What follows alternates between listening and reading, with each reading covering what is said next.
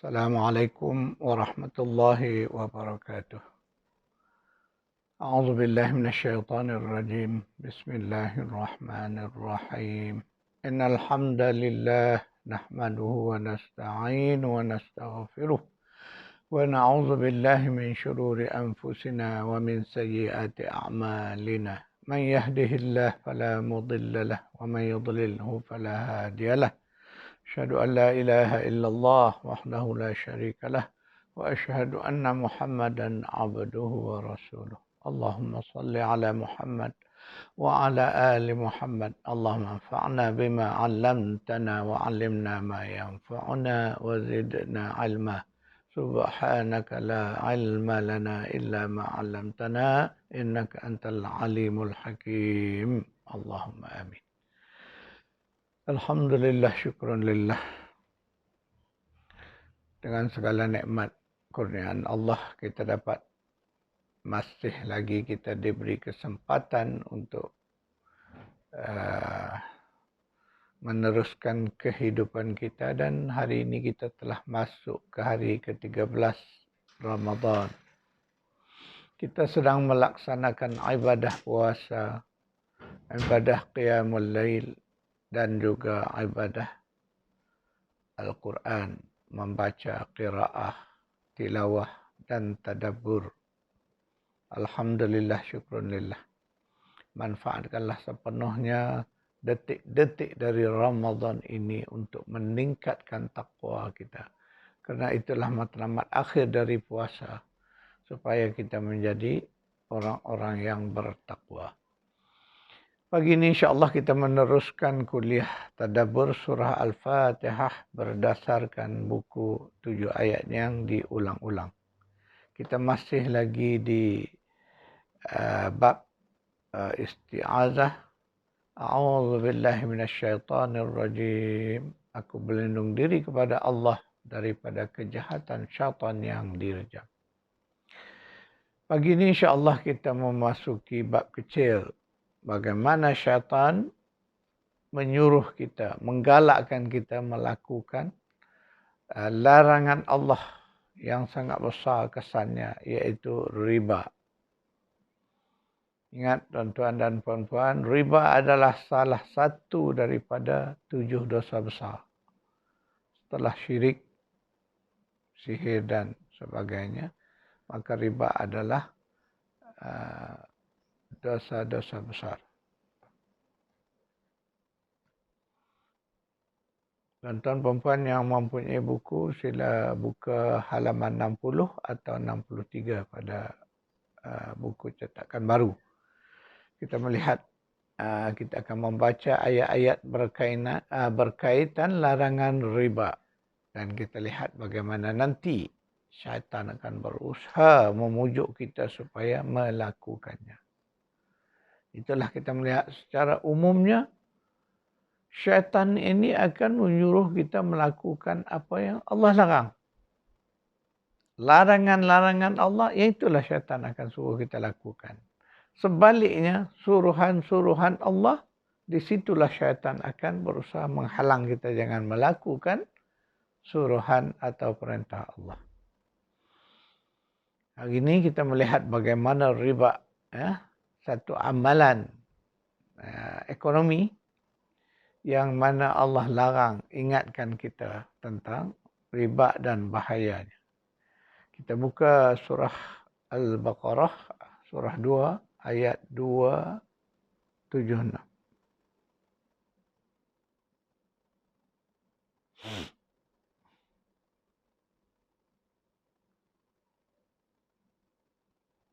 Di penghujung Baqarah ya, 276.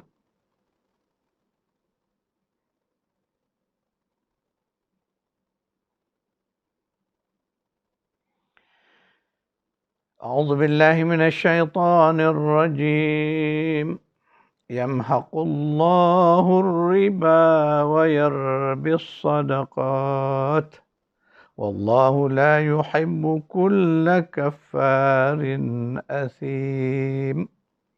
Allah susutkan kebaikan harta yang dijalankan dengan mengambil riba. Dan ia pula mengembangkan barakah harta yang dikeluarkan, sedekah dan zakatnya. Mana Allah menyusutkan, mana mengurangkan keberkatan riba, mengurangkan harta itu disebabkan oleh riba, dan Allah mengembangkan harta-harta yang dilaksanakan dengan zakat dan sedekah. Wallahu la yuhibbu kulla kaffarin athim, dan Allah tidak suka kepada tiap-tiap orang yang kekal kufur dalam kekufuran dan selalu melakukan dosa-dosa. Ayat 276 ini Allah mengingatkan kita bahawa Allah tidak suka kepada riba. Riba sebagaimana yang kita tahu adalah perbuatan menambahkan sesuatu kepada harta yang sedia ada. Dan amalan kita hari ini kita melihat sebelum wujudnya, sebelum aktifnya kegiatan perbankan Islamik, sebelum-sebelumnya kita sendiri mengalaminya satu zaman di mana kita terlibat dengan riba. Seolah-olah ia menjadi sebahagian aktiviti ekonomi kita. Kita melihat sistem perbankan kita diasaskan kepada riba kerana pengasas kepada sistem perbankan dunia adalah orang-orang Yahudi. Sedangkan orang-orang Yahudi itu dikenali sebagai bangsa yang sangat suka kepada riba. Kerana apa? Kerana riba ini menguntungkan segolongan orang, tetapi dalam waktu yang sama riba ini menindas golongan yang lain. Pengusaha-pengusaha kewangan, perbankan, mereka melihat bahawa riba yang disebut sebagai, dalam bahasa yang lunak disebut sebagai faedah. Setiap tabungan kita diberi pulangan dalam bentuk dipanggil faedah. Tetapi dasar pengiraan faedah itu diasaskan kepada riba. Maka kita pun tidak nampak bagaimana buruk dan kejiknya riba itu. Disebut dalam bahasa yang lunak, itulah faedah, interest. Tapi hakikatnya riba. Sebab apa nanti disebut bahawa riba dan perniagaan itu berbeza. Ya, berbeza riba dan riba ini maknanya keuntungan itu telah ditetapkan mengikut kadar-kadar yang tertentu. Sedangkan perniagaan tidak. Bezanya perniagaan disebut keuntungan atau dividen daripada perniagaan itu biasanya tidak tetap. Dia akan berubah-ubah mengikut pencapaian perniagaan. Itu berbeza. Jadi kalau kita berniaga, keuntungan itu dia tidak tetap. Sedangkan riba ini tetap. Itu yang dikata interestnya. Berapa peratus daripada tabungan dibayar. Maka ia menjadi riba. Sedangkan riba adalah haram. Dan salah satu dari 7 dosa besar. Ingat tuan-tuan perempuan, kalau kita mengimbau masa lalu kita ini memang terjebak dengan riba dalam apa aktiviti pun. Terutamalah aktiviti kewangan. Bila kita menabung di bank, semua kebanyakan bank waktu itu, bukan cerita sekarang ya, masa lalu. Kebanyakan boleh dikatakan semua bank menggunakan sistem riba yang dia bawa daripada amalan orang Yahudi. Dan hari ini dikenali sebagai sistem perbankan dunia. Konvensional. Memang mereka masih kekal terus dengan sistem yang diataskan kepada riba tadi. Baik perbankan ataupun sistem keuangan. Finance company banyak yang mengasaskan kepada riba. Jadi di situ kenapa Allah larang riba dan Allah menghilangkan keberkatan riba. Karena kita lihat riba memberi kesempatan kepada orang-orang tertentu mengaut keuntungan sekehendak hatinya. Kita lihat hari ini. Kita ada sistem keuangan juga, tetapi walaupun dia dianggap satu aktiviti yang tidak dihalalkan. Contohnya pinjaman-pinjaman daripada peminjam-peminjam haram. Sebahagiannya tidak berlesen, sebahagiannya berlesen, tetapi dia masih berasas kepada penindasan. Hari ini kita kenali sebagai sistem pinjaman alung. Yang itu ribanya Masya Allah lebih dahsyat. Tak mampu kita membayar bulanan yang ditetapkan, maka faedahnya akan naik. Sehingga akan faedah kepada di atas faedah. Bukan faedah di atas pinjaman, tetapi faedah di atas pada faedah lagi. Dahsyatnya bagaimana kejamnya penindasan akibat daripada riba. Tetapi hari ini masyarakat menerima, maka amalan itu sudah diterima. Walaupun sebahagiannya tidak berlesen, makna aktiviti-aktiviti yang haram. Di luar daripada peruntukan undang-undang. Tetapi ketika mana masyarakat menerimanya, maka ia berkembang. Seperti hari ini kita melihat iklan tentang pinjaman alung ni, di mana saja berserakan ada saja. Jadi begitulah kita lihat dahsyatnya riba ini. Jadi riba ini kepada orang yang terdesak, mereka merasakan tidak ada jalan keluar yang lain, maka itulah pilihan mereka. Walaupun mereka tahu bahawa kesan risikonya sangatlah buruk kepada diri mereka, tetapi mereka tetap tetap mengamalkan amalan riba itu, kerana mereka merasakan itulah sumber mudah untuk dapat uang tanpa mereka memikirkan risiko. Kerana hari ini kita melihat aktiviti pinjaman haram alung ini membawa kesan jenayah. Siapa yang tak mampu membayar dikejar, dihinakan, dilakukan jenayah, tindakan-tindakan jenayah sehingga sanggup dibunuh. Dan ini satu yang sangat dahsyat. Tetapi itulah realiti yang ada di hari ini. Akar kepada segala permasalahannya ialah riba. Jadi wujudnya riba ni kerana ada dua pihak yang setujulah. Samalah bila kita pergi ke bank, buat pinjaman berasaskan sistem konvensional, ditetapkan. Pinjaman ini dasarnya ialah keuntungannya, interestnya begini. Faedah yang perlu dibayar sekian. Jadi kedua pihak bersetuju, maka terjadilah transaksi ini. Cuma kita dari sudut Allah mengajar kita bahawa sistem yang diasaskan kepada riba adalah haram. Jadi tuan-tuan puan-puan, kita dah lama terjebak. Itu dalam perbankan, di dalam bidang insurans sama juga. Kita terjebak dengan riba. Sistem insurans adalah berasaskan riba sama seperti mana sistem perbankan. Alhamdulillah hari ini tuan-tuan puan-puan, kita dah ada pilihan. Kita ada takaful. Di mana konsep takaful ini jauh berbeza.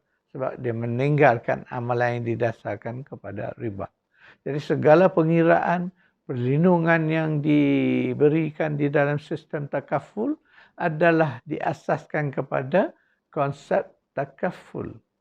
Ta'awun, saling tolong-menolong mengeluarkan tabungan untuk membantu satu sama lain. Kemudian kita mewakilkan. Itu ada konsep konsep wakil. Ya. Maknanya kita mewakilkan kepada satu syarikat untuk menguruskan tabungan kita. Itu berbeza dengan insurans.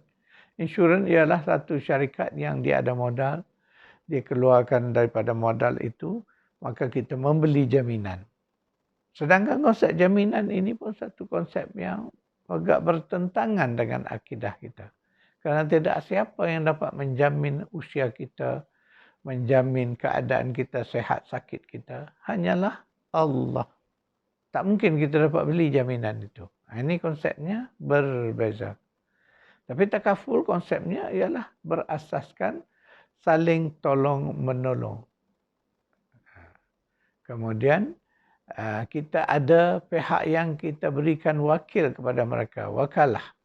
Dia konsep dia jauh berbeza tuan-tuan perempuan dengan insurans. Jadi alhamdulillah hari ini saya melihat sistem perbankan dan keuangan kita juga telah beralih kepada sistem yang diasaskan kepada syarak. Jadi kita ada pilihan hari ini. Jadi hari ini kita tak boleh lagi, tidak ada lagi nak dikatakan hukum dipanggil darurat. Tidak ada lagi. Kerana kita sudah ada sistem kita sendiri. Maka kita manfaatkanlah perbankan Islam, keuangan Islam dan takaful. Dalam hal-hal perlindungan kita pergi kepada takaful. InsyaAllah kita selamat daripada apa yang disebut sebagai riba. Tuan-tuan perempuan, kita melihat bagaimana syaitan ni yang mengganggu kita, mengajak kita supaya melakukan riba. Kita lihat. Syaitan akan menghasut kalau bagi orang yang ada duit, nak bagi pinjaman. Maka dengan menggunakan riba, cuba bayang berapa banyak keuntungan-keuntungan yang dia akan perolehi. Jadi syaitan itu sentiasa menggambarkan untung dunia, untung keuangan, untung material saja yang cuba digambarkan oleh syaitan. Dan dalam waktu yang sama, ada pihak yang akan tertindas, terinaya melalui sistem riba ini. Peminjam-peminjam mereka dalam kesusahan. Sebab itu mereka memerlukan pinjaman.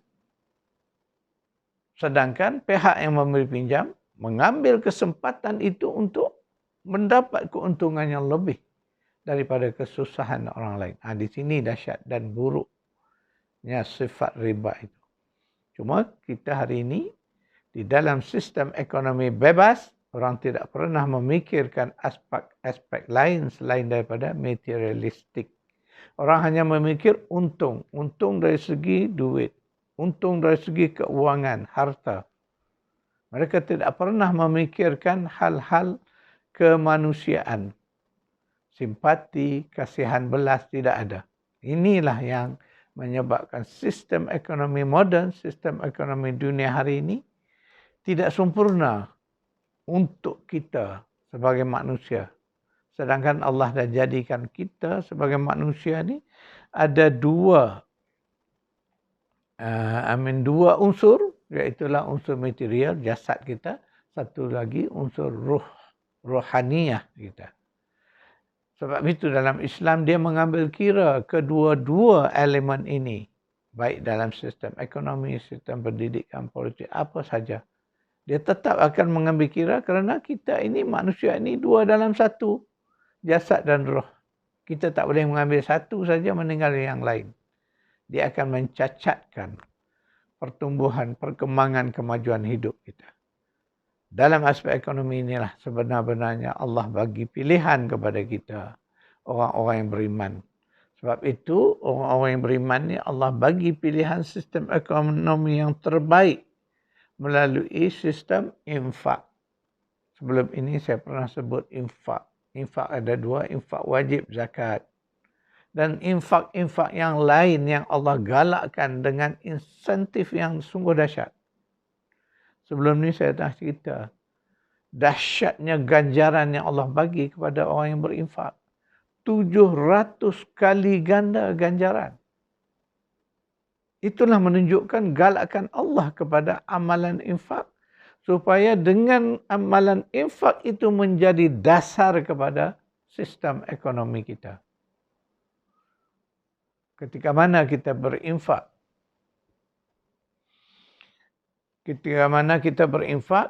kita melakukan amalan memberi dengan penuh kesadaran kerana mengharapkan keredaan Allah, mengharapkan ganjaran Allah, maka di situ kita akan mampu membina, membentuk tabungan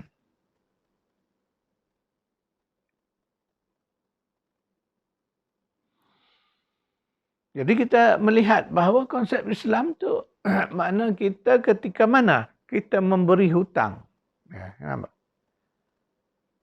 Dalam konsep hari ini sebenarnya perbankan, keuangan baik, semuanya adalah hidup atas dasar memberi pinjaman, memberi hutang kepada pelanggan-pelanggan dia. Di situlah nyawa atau kehidupan mereka.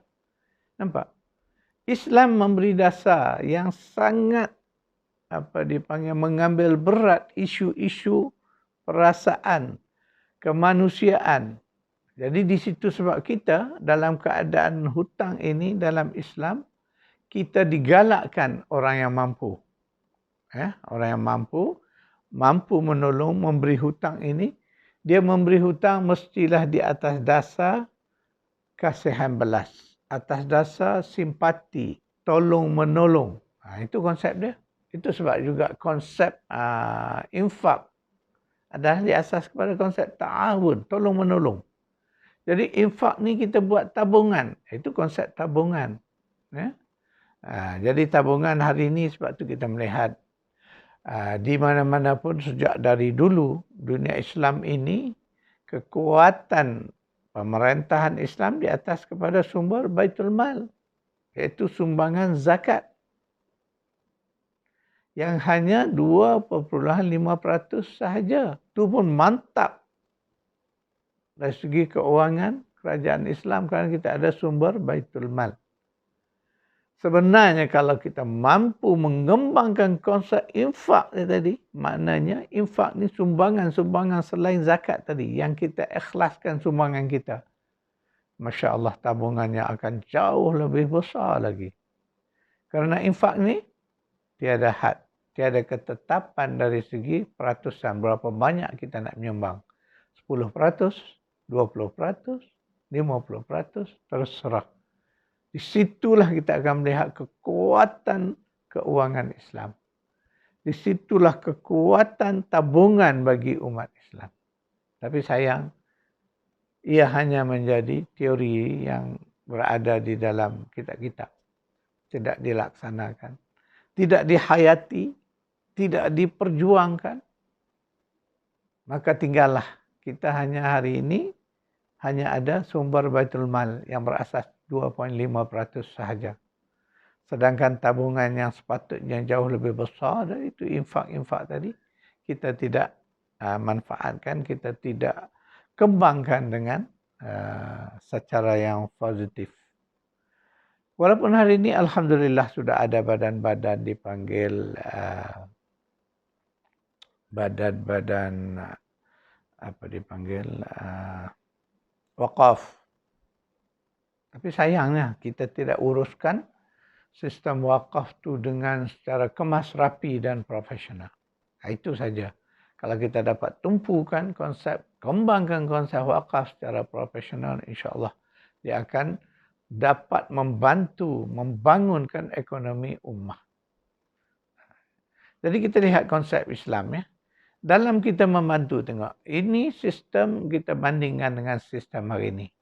Sistem hari ini, sistem perbankan yang berasas riba, dia ada penindasan. Tak mampu bayar, dikenakan lagi penalti. Sehingga akhirnya tak mampu juga bankruptcy. Jadi ini kita melihat ada elemen-elemen penindasan. Dia tidak mengambil kira bahawa sepeminjam itu adalah golongan yang sepatutnya dibantu. Jadi maknanya perbankan ini yang ada berasaskan kepada konvensional ini, konsep dia ialah bukan untuk membantu, tetapi ia mengembangkan perniagaan dia. Sebab itu kita melihat, ini yang kita nampak depan mata kepala kita. Mana ada bank yang miskin, kebanyakan bank semua kaya, ada bangunan besar-besar, tinggi-tinggi. Padahal asalnya bank itu, duitnya ada, wangnya adalah simpanan orang lain, simpanan pelanggan. Dia hanya pandai mengurus, memanipulasi keuangan itu daripada wang yang disimpan, diberi balik pinjaman, dikembangkan ni, akhirnya mereka yang kaya. Sedangkan hakikatnya sumbangan datang daripada pelanggan-pelanggan mereka. Jadi inilah sebenarnya kalau kita lihat, adil kan? Dah tentu kita akan merasa ketidakadilan di sini. Mereka kaya padahal mereka asalnya mengambil wang daripada pendeposit. Pendeposit ini adalah pelanggan yang menyumbang sedikit-sedikit, akhirnya mereka dapat bangunan. Kemudian peminjam-peminjam yang meminjam semula pada bank, mereka akan ditindas dengan sistem riba tadi. Ini dia. Sedangkan Allah bagi solution, ya. Kita lihat surah Baqarah juga ayat 280. Mari kita baca sikit ayat ni. A'udzu billahi minasyaitonir rajim. وَإِنْ كَانَ ذُو عُسْرَةٍ فَنَظِرَةٌ إِلَى مَيْسَرَةٍ وَأَنْ تَصَدَّقُوا خَيْرٌ لَكُمْ إِنْ كُنْتُمْ تَعْلَمُونَ. Dan jika orang yang berhutang itu sedang mengalami kesempitan hidup, maka berilah tempuh sehingga ia lapang hidupnya. Dan sebaliknya, bahawa kamu sedekahkan hutang itu kepadanya adalah lebih baik bagi kamu. Kalau kamu mengetahui tentang ganjaran besar pahala yang disediakan untuk kamu kelak. Nampak tak? Ini solution yang Allah bagi. Ini solution Allah. Allah kata sepatutnya dalam bab hutang ini, pemberi hutang itu harus melihat situasi ini. Kalau yang orang yang berhutang itu memang dia dalam keadaan sempit, tidak mampu. Kalau hari ini ditetapkan bayaran tiap-tiap bulan kena bayar sekian. Tapi bayangkan ada ramai orang yang tidak mampu nak bayar pada bulan-bulan yang ditetapkan. Bagaimana? Ini yang berlaku dalam sistem Along. Dikejar, diburu, diancam. Peminjam tadi sehingga ada yang dibunuh. Masuk dalam guni, baling dalam sungai. Yang ini kita dengar cerita lah. Maknanya sampai begitu sekali. Sedangkan Allah bagi solusi apa? Dalam keadaan orang yang tidak mampu. Kita ni yang, sebab biasanya orang yang beri pinjam tu dia mampu. Hidup dia pun senang, selesa. Apa salahnya kena dah tak mampu juga? Okey, sedekahkan. Tukarkan daripada pinjaman menjadi sedekah. Kenapa? Orang yang tahu tadi, itu disebut. Kalau orang tahu bahawa ganjaran sedekah itu Masya Allah jauh lebih besar dari keuntungan yang kita nampak di dunia ini. Itulah dianya, kaedah Islam. Tak mampu bayar, tak apa, saya sedekahkan. Selesai masalah hidup. Jadi orang yang dalam kesempitan masih ada peluang untuk dipanggil. Ada talian hayat lagi. Boleh menarik nafas lagi. Dan boleh bergerak semula, membangunkan balik kesusahan dia. Itu kaedah cara Islam. Tapi hari ini, sistem ekonomi hari ini, dia tidak mengambil kira aspek-aspek itu. Kerana seperti saya katakan, mereka hanya melihat dari sudut materialistik semata-mata. Nak untung duit, kekayaan, kemewahan itu je. Islam tidak. Islam melihat memberi hutang itu adalah menolong. Itulah konsep ta'awun. Saling tolong menolong. Jadi yang kaya menolong yang tidak mampu. Menyelesaikan masalah ekonomi. Ketika yang tidak mampu ini memang tak mampu nak menjelaskan. Sedekahkan. Convert. Tukarkan hutang menjadi sedekah. Dan itulah yang terbaik. Kerana Allah menjanjikan seperti yang disebutkan. Ganjaran orang yang bersedekah itu sangatlah hebat. 700%. Tidak ada dalam dunia ini satu dividen, satu keuntungan perniagaan yang sedemikian besar seperti mana yang Allah janjikan kepada orang-orang yang bersedekah. Itu di situlah. Jadi ketika Allah kata tadi, Allah mengharamkan riba, Allah menyuburkan sedekah. Yang dikata tadi, wa yurbis sedekah. Allah itu memberi keberkatan, menyuburkan aktiviti sedekah. Tapi sayang kita tak mau. Pilihan yang ini. Kita masih bersedia untuk ditindas dengan sistem riba. Saya percaya kita orang yang beriman, orang Muslim, kita tidak mengamalkan riba dalam maksud kita menindas orang. Tetapi kita ni banyak menjadi mangsa kepada penindasan sistem riba. Sedangkan pengamal riba orang-orang kafir. Sebab tu mereka kaya raya. Kita yang menjadi mangsa. hidup merana nak bangun susah. Karena terus ditindas dan ditindas. Inilah sistem yang sangat tidak adil. Maka Islam bagi sistem yang terbaik. Sayangnya, tanyalah diri kita sendiri. Berapa banyak kita praktikkan? Berapa banyak kita amalkan sedekah? Konsep sedekah ini. Sepatutnya hari ini kita dah dapat kembangkan konsep sedekah menjadi dasar kepada ekonomi Islam. Bagaimanapun alhamdulillah kita bersyukur perbankan kita sudah berubah. Kita hari ini sudah memiliki bank-bank Islam yang tidak lagi diasaskan kepada konsep riba. Sekarang mari kita melihat ayat 275. Kita mundur ke belakang 275, kita lihat ayat berkaitan dengan riba. A'udzubillahi minasyaitonir rajim. الذين يأكلون الربا لا يقومون إلا كما يقوم الذي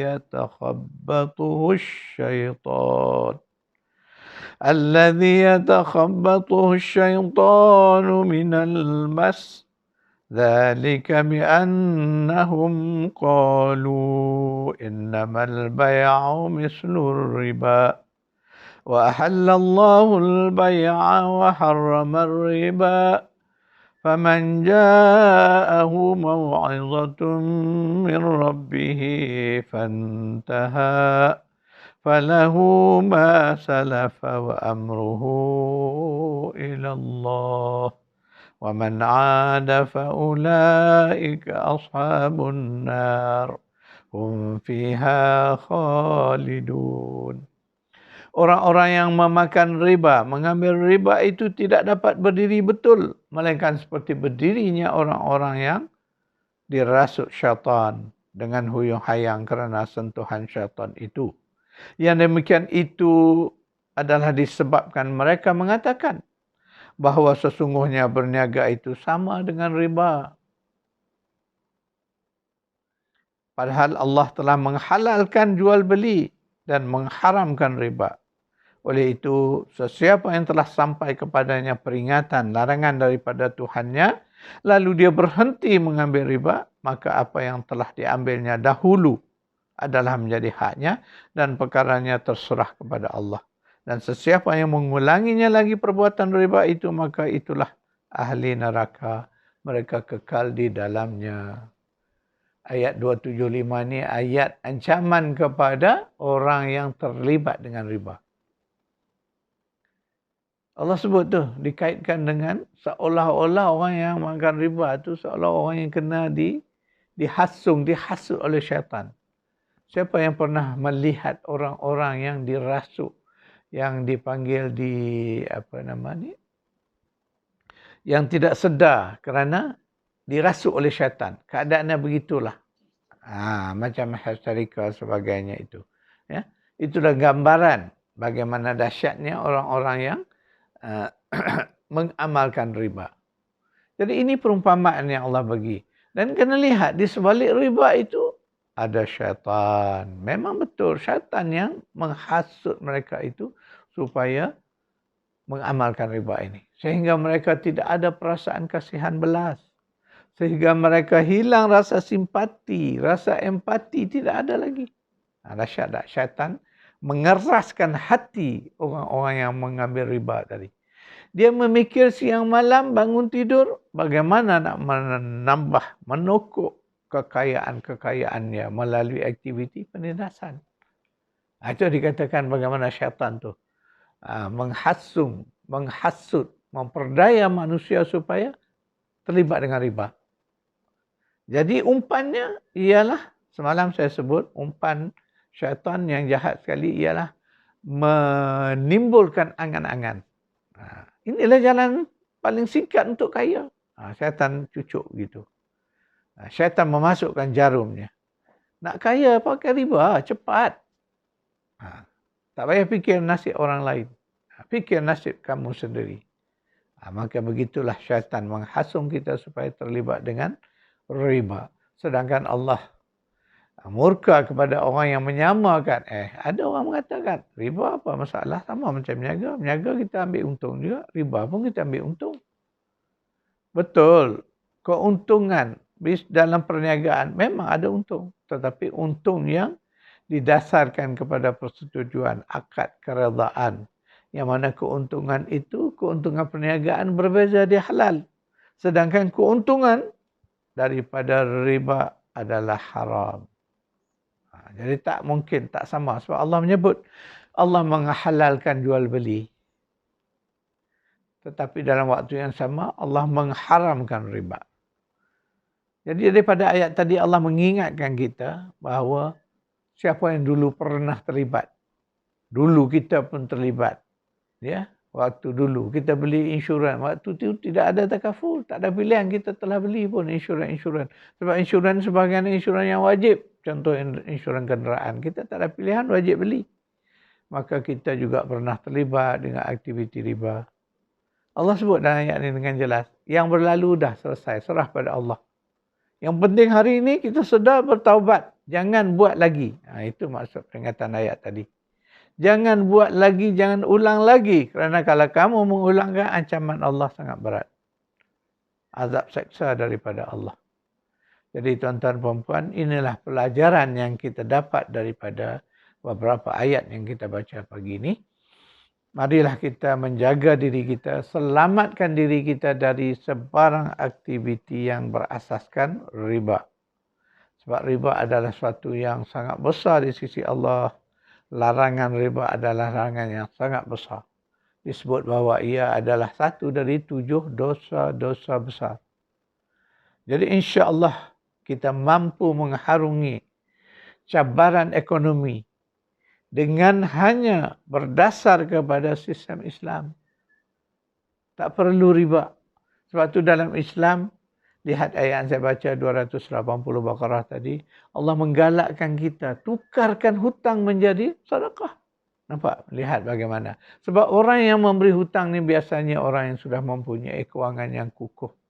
Dia menghalalkan, mensedekahkan sebahagian hutang yang tak mampu dibayar tadi, tidak akan menjejaskan kekuatan ekonomi dia. Malahan Allah dah janji, Allah akan barakah harta orang-orang yang bersedekah. Barakah ini memang kita tak nampak dilihat. Tetapi Allah akan perlihatkan akhirnya nanti kita akan melihat keberkahan harta sedekah tadi. Itu kena yakin. Sebab itulah kita ni kena yakin kepada janji Allah. Jadi dengan yakin itu kita akan melaksanakan. Bila Allah kata, Allah galakkan kita bersedekah dan Allah menindas, Allah kata jangan kamu buat riba, lakukan. Mana mulai dari saat ini kita forget it, lupakan segala amalan-amalan yang ada unsur riba. Kita ada pilihan. Hari ini Alhamdulillah. Kita pergi ke bank, ke keuangan, kita ada pilihan. Kita ada yang Islamik. Pilihlah yang Islamik. Karena pilihan itu wajib. Jadi setakat itu dulu saya rasa kuliah kita hari ini. Lihatlah tuan-tuan perempuan. Ingat balik. Syaitan, bila Allah larang, syaitan akan suruh. Sama juga dengan bab riba ini. Syaitan akan menakut-nakutkan kita. Bila bersedekah, syaitan akan menakutkan. Nanti kau sedekah, kau miskin, susah. Kau nanti duk tolong orang semua bagi sedekah, lama-lama habis harta kau. Itu bisikan-bisikan syaitan yang akan datang. Sebab syaitan nak kita lakukan apa yang Allah larang. Riba yang dilarang. Oh, syaitan mau mengapi-ngapikan. Menyuruh kita ni. Menggalakkan kita supaya terlibat dengan riba. Jadi itulah tuan-tuan perempuan. Kita sebagai orang-orang yang beriman, kita kena berpeganglah. Bila Allah larang ni, kita tinggalkan. Jadi yang lalu, Allah bagi panduan sangat mudah. Yang lalu dah berlalu. Allah kata serah pada Allah. Itu dah jadi hak. Mana yang lepas dah lepas. Cuma yang penting sekarang kita bertaubat, kita kembali kepada Allah, tinggalkan terus. Begitu kaedahnya. Jadi Allah tu Ghafurun Rahim, Maha Pengampun, Maha Penyayang. Kita dulu melaku dalam keadaan darurat, dalam keadaan kita jahil, Allah ampunkan kita.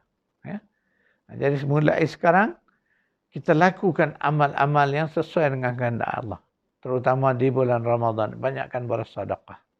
Dengan sedekah yang sedikit yang kita lakukan, Allah akan ganjarkan dengan sebesar-besar ganjaran. Dan dengan kebaikan sedekah kita laku, Allah hapuskan dosa-dosa kita yang lalu. Itu janji Allah. Innal hasanata yuzhibna sayyi'at. Kebaikan-kebaikan yang kita lakukan termasuk bersedekah, Allah akan hapuskan dosa, salah, silap kita yang lalu. Yakinlah hal ini. Jadi sebelum berakhir saya akan buat catatan nota kita hari ini. Kita telah membaca beberapa ayat.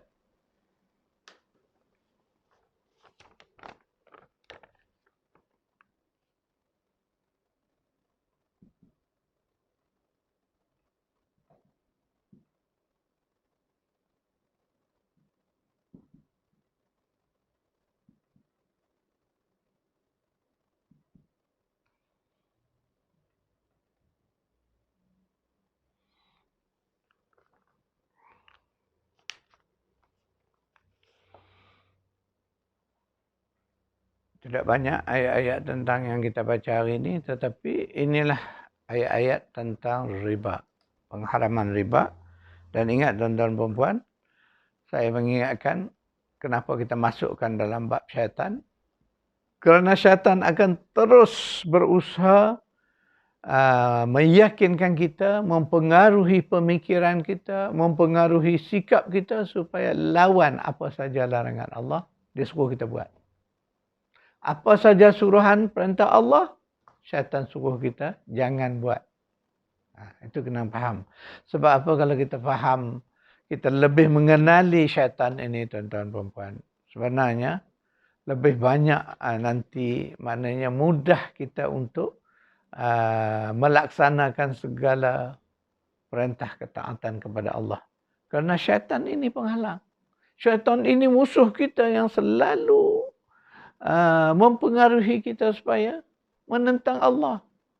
Sebab itu saya kata kita biarlah panjang kuliah kita tentang bab syaitan ini supaya akhirnya kita mengenal syaitan ini dengan benar. Kemudian kita mengetahui apa strategi syaitan ini untuk menjahanam dan merosakkan hidup kita. Jadi akhirnya insya-Allah kita selamat. Itulah tuan-tuan, mungkin agak panjang bab tentang syaitan ini. Kalau kita melihat kita sudah beberapa hari membicarakan bab isti'azah saja. Ini pun belum selesai lagi. Jadi bersabarlah tuan-tuan dan puan.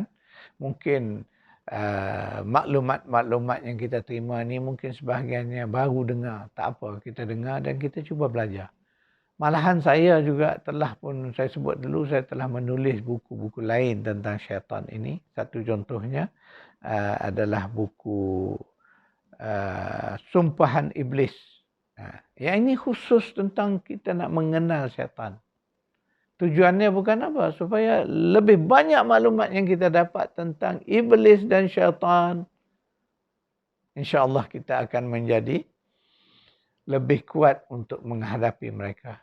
Sedangkan Allah sering menyebut, mengingatkan kita bahawa syaitan itu musuh yang nyata bagi manusia. Jadi tuan-tuan dan puan, buku Sumpahan Iblis ni insya-Allah nanti bila kita cetak, dia menceritakan khusus tentang bagaimana iblis dan sekutu-sekutunya syaitan menyesatkan manusia. Bagaimana tipu daya syaitan itu kita kena kenal. Lebih banyak kita kenal, lebih baik. Sebab syaitan itu sentiasa ada dengan kita. Kita tak kenal dia, lagilah dahsyat sebab mudah dia memperdaya kita sebab kita tak kenal. Maka itulah kita tulis buku ini. Dan satu lagi buku yang saya tulis adalah Ruqyah, kaedah rawatan spiritual. Ya, ini kaedah rawatan secara Islam yang dipanggil Ruqyah. Tetapi di dalam rawatan ini kebanyakannya adalah bagaimana strategi kita nak menghadapi musuh kita, iaitu syaitan, gangguan syaitan, tipu daya syaitan yang menyebabkan sehingga manusia boleh menderita sakit.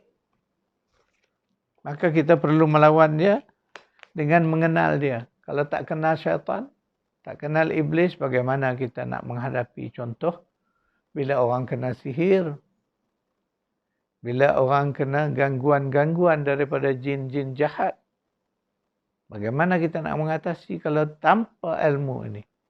Jadi insya-Allah tuan-tuan dan puan yang berminat untuk mendalami lebih lagi maklumat atau ilmu tentang syaitan jin ini, insya-Allah saya akan kongsikan. Supaya tuan-tuan paling tidak dengan mengenal ini kita dapat menjaga diri kita. Itu satu langkah dia panggil perlindungan. Kita melindung, jaga diri kita dengan cara kaedah yang Allah ajar. Berdasar kepada tadabbur ayat-ayat berkaitan. Sekadar itu dulu tuan-tuan dan puan. InsyaAllah besok kita bertemu lagi dalam kuliah yang lain. A'udzubillahi minasyaitonirrajim. Bismillahirrahmanirrahim. Alhamdulillahirabbil alamin wassalatu wassalamu ala asyrafil anbiya'i wal mursalin wa ala alihi wa sahbihi ajma'in. Allahumma arhamna bil Qur'an waj'alhu lana imaman wa nuran wa hudan wa rahmah. Allahumma dzakirna minhu ma nusina wa 'allimna minhu ma jahilna warzuqna tilawatahu ana al-lail wa atrafan nahar. واجعله لنا حجة يا رب العالمين. ربنا آتنا في الدنيا حسنة وفي الآخرة حسنة وقنا عذاب النار. صلى الله على محمد وعلى آله وصحبه أجمعين والحمد لله رب العالمين.